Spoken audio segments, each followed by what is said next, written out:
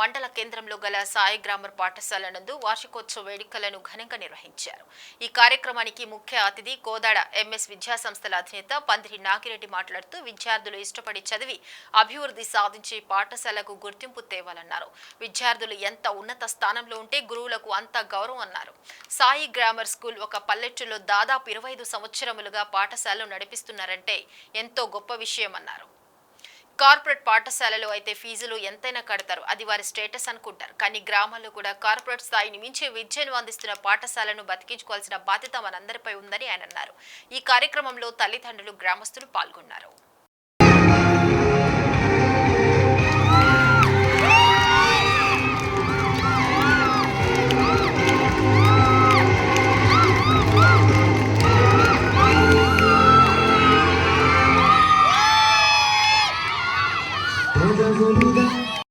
వస్తుంది కాబట్టి దయచేసి ఇలాంటి స్కూళ్ళను బతికించుకుందాం.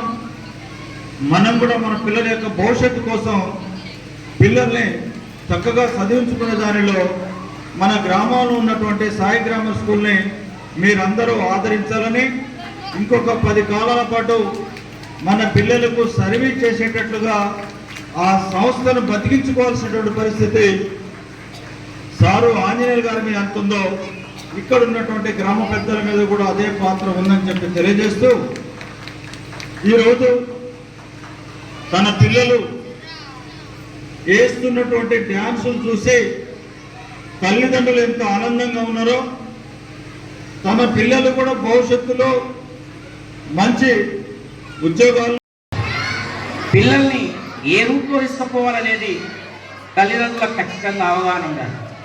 పిల్లల్ని ఏ రూట్లో తీసుకెళ్లాలంటే ప్రపంచాన్ని శాసిస్తున్నది, ఇక భవిష్యత్తులో ప్రపంచాన్ని శాసించేది రెండే 2 సబ్జెక్టు.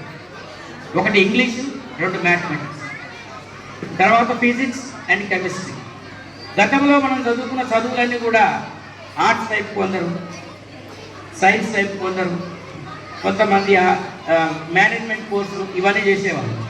కానీ ఈ ప్రపంచంలో కానివ్వండి, మన దేశంలో కానివ్వండి, మన పిల్లలు ఎక్కడికి పోయినా సుభిక్షంగా బతకాలి అంటే, వాళ్ళు చాలా గర్వంగా బతకాలి అంటే, గౌరవంగా బతకాలి అంటే ఖచ్చితంగా పేరెంట్స్ దృష్టి సారించాల్సింది పిల్లలు ఏ రంగంలో ఉన్నారో ఆయా రంగాల్లో వారికి ప్రాధాన్యత ఇస్తూ ఖచ్చితంగా ఇంగ్లీష్ని, మ్యాథమెటిక్స్ని ఎంకరేజ్ చేయాలి.